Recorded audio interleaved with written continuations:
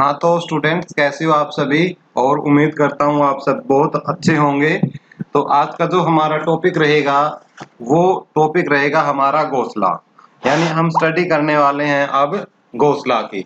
इससे पहले कि हम इलेक्ट्रिक फ्लक्स के बारे में वीडियो, यदि आप इलेक्ट्रिक फ्लक्स को अच्छे से नहीं पढ़ोगे, इससे पहले वाली वीडियो अच्छे से नहीं देखोगे तो गॉस थ्योरम को भी आप अच्छे से समझ नहीं पाओगे। तो इसलिए मैं आपसे रिक्वेस्ट करता हूँ कि एक बार आप जाके पीछे जो इलेक्ट्रिक फ्लक्स वाले हमारी वीडियो है उसको आप अच्छे से देख लें ताकि आपका जो कंसेप्ट बिल्ड है वो हो जाए। अब हम जो डिस्कस करने जा रहे हैं आपके साथ वो है गॉस थ्योरम। देखिए पहले हम स्टेटमेंट देख लेते हैं, फिर प्रूफ देखेंगे। कि स्टेटमेंट कहती है कि द टोटल, स्टेटमेंट लिख देता हूं मैं, the total electric flux, the total electric flux, the total electric flux through a closed surface, through a closed surface, through a closed surface is equal to 1 upon epsilon naught times of the total charge of the total charge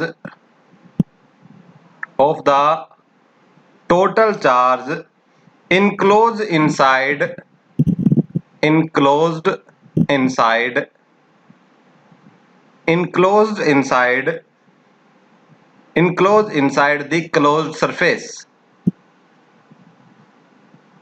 closed surface, explain करेंगे इसको। देखिए कि जो total electric flux होता है, flux को हम phi से रिप्रेजेंट करते हैं, ठीक है। और हमने क्लोज सरफेस के लिए भी हमने फ्लक्स, तो फ्लक्स क्या बताया था हमने, किसी भी क्लोज सरफेस के लिए। तो ओपन सरफेस 2D सरफेसेस होती हैं, क्लोज सरफेस हमारी क्या है 3D। ये सब बातें हैं मैं फ्लक्स के बारे में इससे पहले वाली वीडियो है उसमें बता चुका हूं, और उसका मैं लिंक है वो डिस्क्रिप्शन में भी दे दूंगा, आप जरूर देख लें। तो हमने वहां पर क्या बताया था आपको कि जो फ्लक्स होता है, फ्लक्स को हम फाई से रिप्रेजेंट करते हैं, ठीक है। इनक्लोज सरफेस के लिए हम ऐसे डॉट लगा देते हैं, ना लगाओगे तब भी कोई बात नहीं है, यहाँ पर ई लिख दो तो वो हो जाएगा हमारा इलेक्ट्रिक फ्लक्स।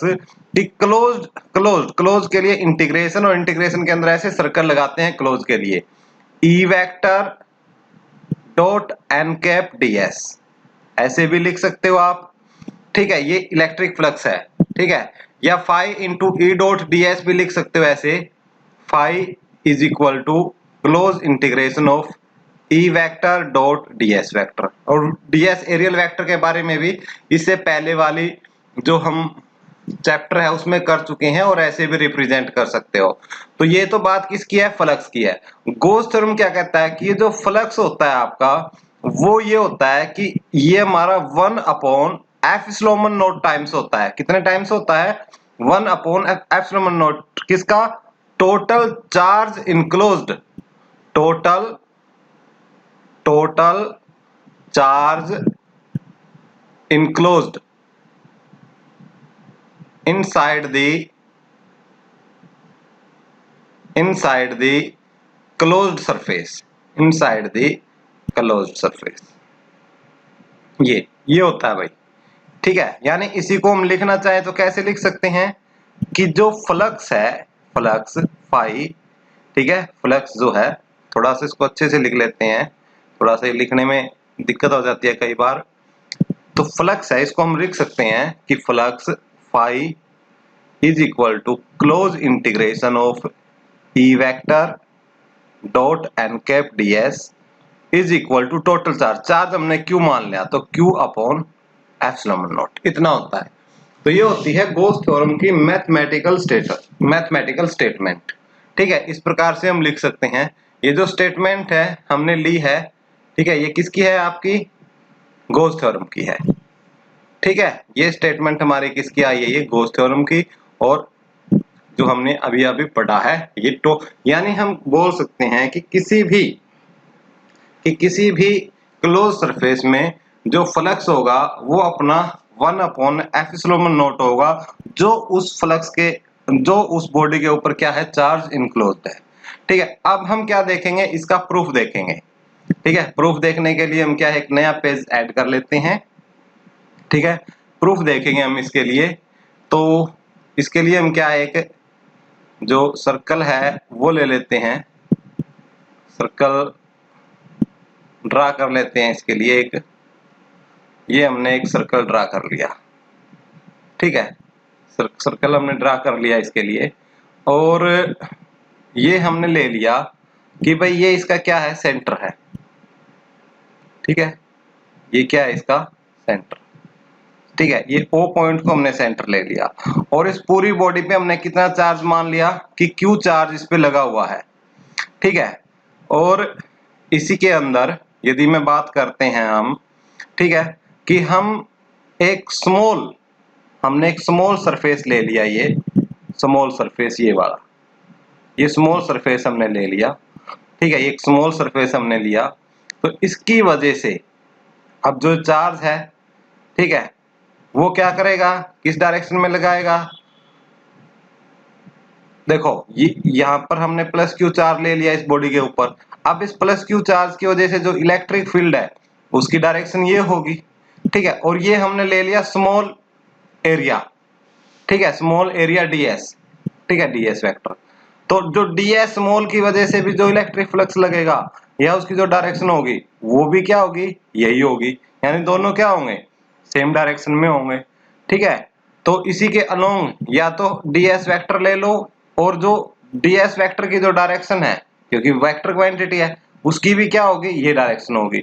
या आप क्या करो, ये एक बात और बोल सकते हो कि ये जो हमारा ds स्मॉल एरिया है, इसका जो यूनिट वेक्टर है, आप ये बोल सकते हो कि इस यूनिट वेक्टर की भी डायरेक्शन क्या होगी, ये होगी। यानी सरफेस के बिल्कुल क्या होगी, नॉर्मल होगी। ये सारी कहानी है, हम इससे पहले वाली वीडियो में पढ़ चुके हैं। ठीक है, इसलिए इन दोनों की डायरेक्शन क्या हुई, इसीलिए सेम हुई इन दोनों की डायरेक्शन। ठीक है, जो मैंने इतना जोर लगा, तो इसमें आप लिख सकते हो, आप खुद लिख सकते हो कि इफ वी कंसीडर, इसमें लिखना आप, if we consider a charge q, a charge q is situated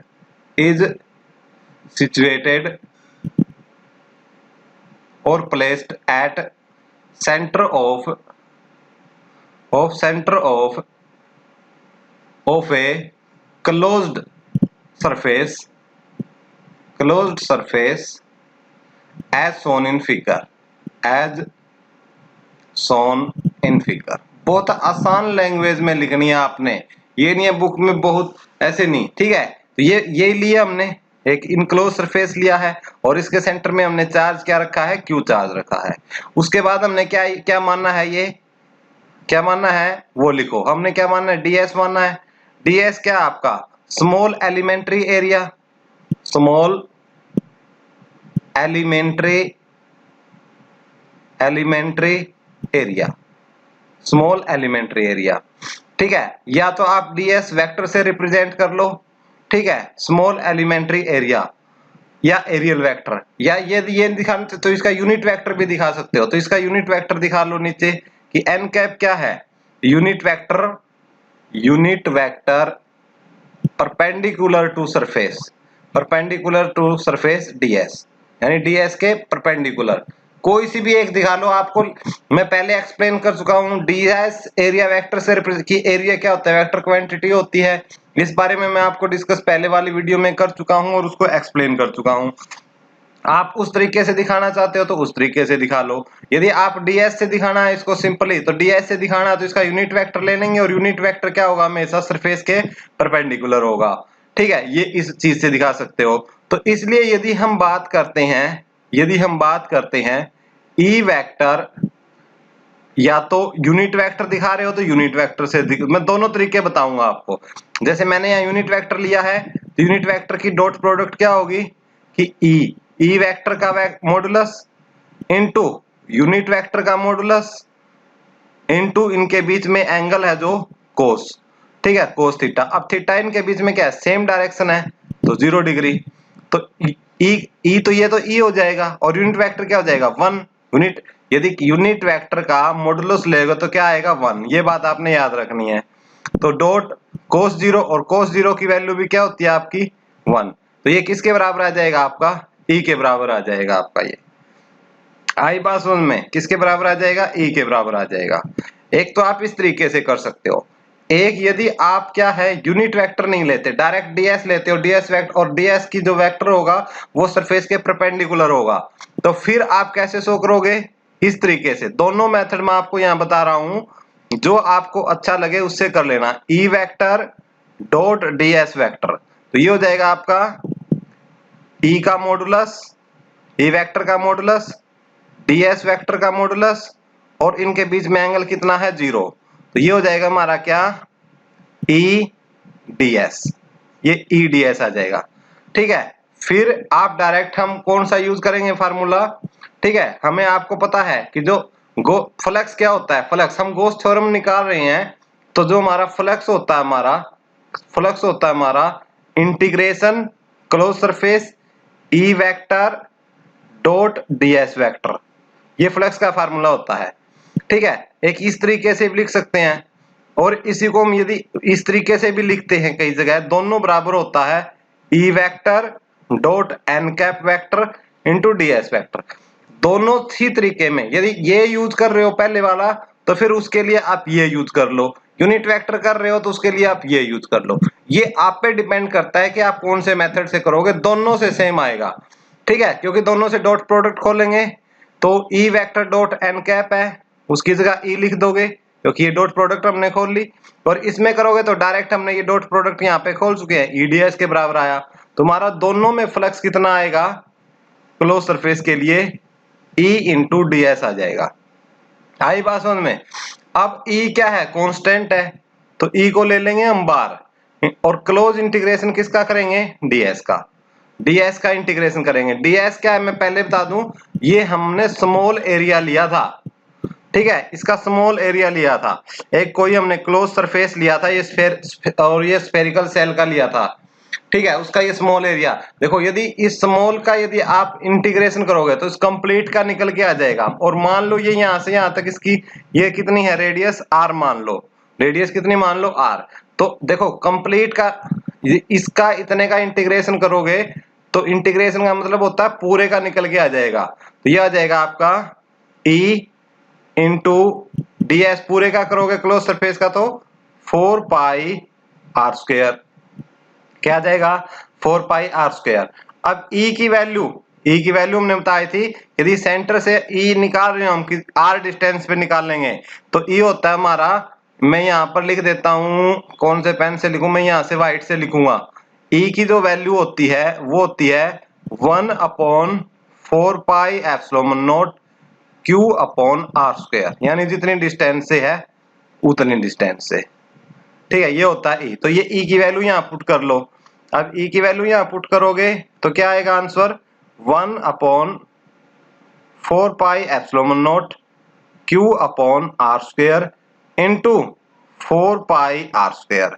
देखो r स्क्वायर से r स्क्वायर कैंसल, 4 पाई से 4 पाई कैंसल, तो आपका जो फ्लक्स है, देखिए फ्लक्स है, अब मैं ग्रीन जो पेन है उससे लिख रहा हूं यहाँ, फाई इज इक्वल टू, ये बच जाएगा हमारा, फाई इज इक्वल टू क्या था e वेक्टर डॉट, या तो ds वेक्टर लिख लो तुम्हारी मर्जी है, या ये पूरा लिख लो तुम्हारी मर्जी, जोन सा भी मेथड यूज करोगे।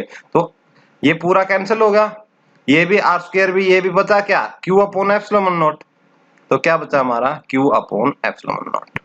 ठीक है, तो इस प्रकार हमने क्या निकाल दी है गॉस थ्योरम, जो स्टेटमेंट है गॉस थ्योरम की। ठीक है, वो हम निकालने में क्या हो गए कामयाब हो गए। तो ये है गॉस थ्योरम की स्टेटमेंट।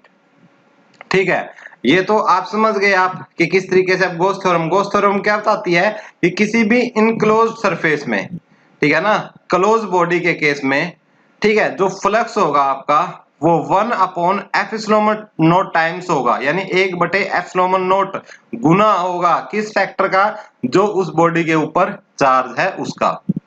ठीक है, उसके होगा।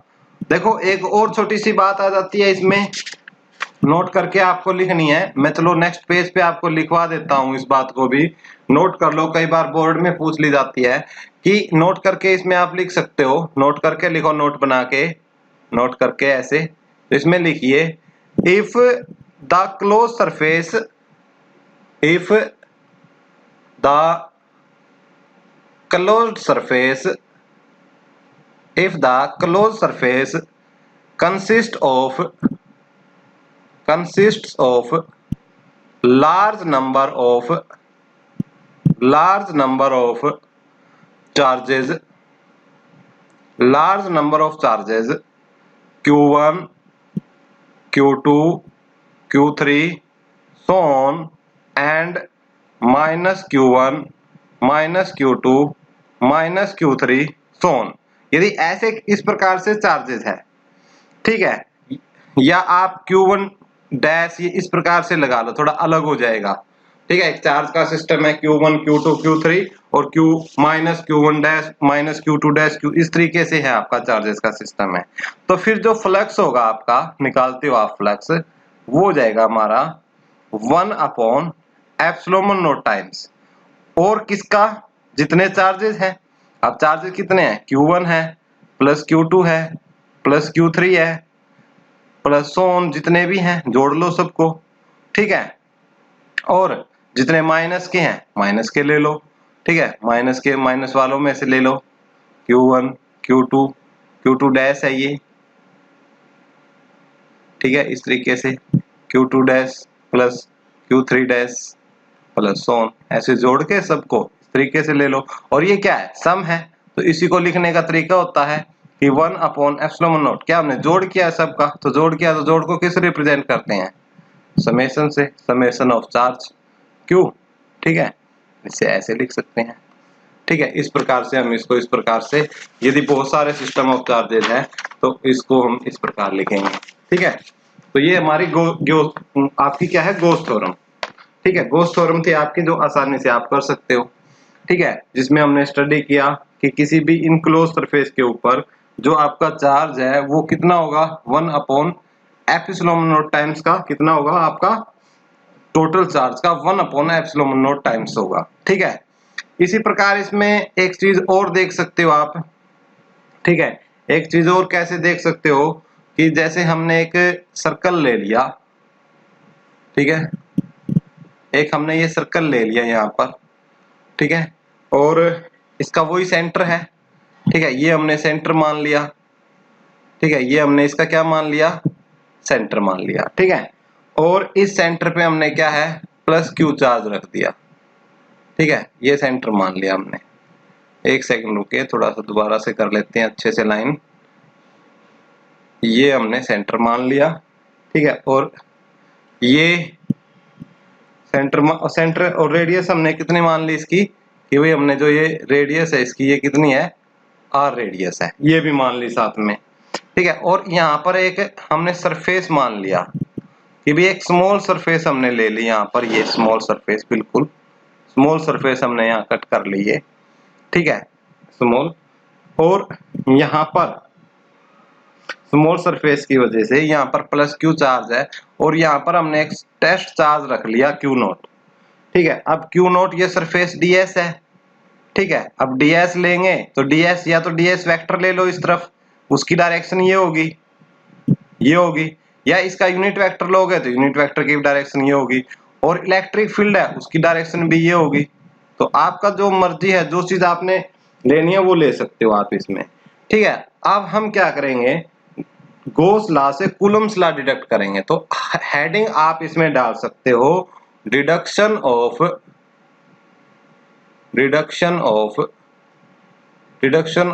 Coulomb's law from Gauss law, from Gauss's law या थ्योरम, जो मर्जी लिख लो, ठीक है, वो करेंगे। डायग्राम आपको समझ में आया इस प्रकार से। अब हमें पता है, आप लिखिए यूजिंग या according to Gauss theorem, according to Gauss theorem, Gauss's theorem, जो गोजेस थ्योरम है उसके अनुसार क्या स्टेटमेंट है उसकी कि जो फ्लक्स है आपका, ठीक है, फ्लक्स क्या होता है, E vector dot ds vector is equal to किसके बराबर होता है, q अपॉन एप्सिलॉन नॉट। ये स्टेटमेंट हमारी किसकी है, गॉस थ्योरम की है। अब हमें पता है कि ई वेक्टर और ds क्या है, दोनों पैरेलल है, ई वेक्टर भी और क्या ds वेक्टर भी क्या है, दोनों पैरेलल है। अब दोनों पैरेलल है तो हम क्या बोल सकते हैं यहां से कि ई वेक्टर डॉट ds वेक्टर, इनके बीच की जो डॉट प्रोडक्ट होगी वो किसके बराबर होगी, ds के बराबर होगी। पीछे हम बता चुके हैं, इसलिए थोड़ी जल्दी लेके चलते हैं ताकि वीडियो ज्यादा लंबी ना बने। तो ये इसके बराबर होगी। अब हम क्या करते हैं कि अब यदि मैं बात करूं कि ई वेक्टर, हम ये लेते हैं कि ई वेक्टर डॉट ds वेक्टर, ई वेक्टर डॉट ds वेक्टर, ठीक है, इसको लेंगे तो ये किसके बराबर बनेगा आपका, क्योंकि दोनों पैरेलल है, इसको मैं ऐसे लिख सकते हैं E इंटू ds, ऐसे लिख सकते हैं। और ये किसके बराबर है आपकी, q अपॉन एप्सिलॉन नॉट के बराबर है, इक्वेशन 1 से देख लो, ठीक है। अब इसमें से हम क्या आसानी से E को बाहर ले सकते हैं, तो E तो हमारा बाहर आ गया, तो क्या बचा, ds बचा, और बराबर किसके बचा, q अपॉन एप्सिलॉन नॉट के बचा। अब देखो ds है, ds ये स्मॉल एरिया है, लेकिन यदि हम इसका इंटीग्रेशन करेंगे तो पूरे का एरिया निकल के आ जाएगा इस स्फीयर का, क्योंकि देखो जब भी इनक्लोज की बात आती है तो 3D की बात आती है, तो ये सर्कल ना होके क्या है, स्फीयर है। तो इसको हम ऐसे लिख सकते हैं E into 4 pi r square. अब समझ में होगा 4 पाई आर स्क्वायर कहां से हुआ, ठीक है, is equal to Q upon epsilon naught, ठीक है। अब हमें तो किसकी वैल्यू निकालनी है, इलेक्ट्रिक फील्ड की निकालनी, और सॉरी जो है इलेक्ट्रिक फील्ड की निकाल लेंगे यहाँ से। तो जो इलेक्ट्रिक फील्ड है वो आ जाएगा यहाँ हमारा यहाँ से कि 1 upon 4 pi epsilon naught Q upon r square, ये आ गया हमारा। ये क्या हुआ, आया हमारा इलेक्ट्रिक फील्ड आया। लेकिन हमें तो क्या निकालना है, कूलम्ब्स लॉ निकालना है। तो कूलम्ब्स लॉ हम आसानी से निकाल सकते हैं। हम आप पीछे पढ़ के आए हो कि जो इलेक्ट्रिक फील्ड है, जो इलेक्ट्रिक फील्ड है आपकी, वो किसके बराबर होता है, force divided by test charge के। अब यह टेस्ट चार्ज कितना, हम क्यू नोट लेके चलते हैं, तो E की वैल्यू कितनी आई है, ये तो यहाँ पुट कर दो, ठीक है, यहाँ पुट करोगे तो क्या आएगी 1 upon 4 pi epsilon naught Q upon r square in is equal to F upon Q naught, F upon Q naught. अब ये Q नॉट इस तरफ चला जाएगा तो F की वैल्यू कितनी आ जाएगी, यहाँ से F की वैल्यू आ जाएगी हमारी 1 upon 4 pi epsilon naught Q into Q naught divided by r square. और यदि ये वेक्टर लगा रहे हो तो यहाँ यूनिट वेक्टर लगाना मत भूलना, ठीक है, या आप सिंपल F लिख रहे हो तो फिर इतना लिख के छोड़ सकते हो।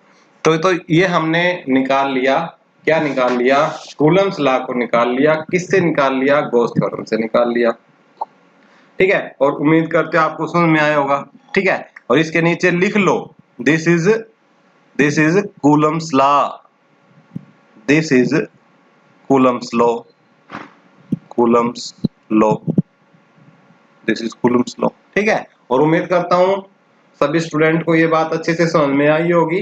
किसी भी बच्चे को थोड़ा सा भी डाउट है तो आप हमसे पूछ सकते हैं, चाहे वो डाउट कैसा भी हो, हम उस डाउट को क्लियर करने की कोशिश करेंगे। आप कमेंट बॉक्स में कमेंट छोड़ सकते हो, व्हाट्सएप कर सकते हो, टेलीग्राम कर सकते हो, आपका कमेंट का रिप्लाई जरूर किया जाएगा, ठीक है। और यदि आपको कोई बात समझ में नहीं आई है, डाउट है, तो एक बार फिर से वीडियो को देख लीजिए और निसंदेह आपका जो डाउट है वो आपका क्लियर हो जाएगा, ठीक है। वीडियो को लाइक और शेयर करना न भूले दोस्तों। धन्यवाद, thank you so much for watching your शानदार सा चैनल बालाजी ऑनलाइन क्लासेस।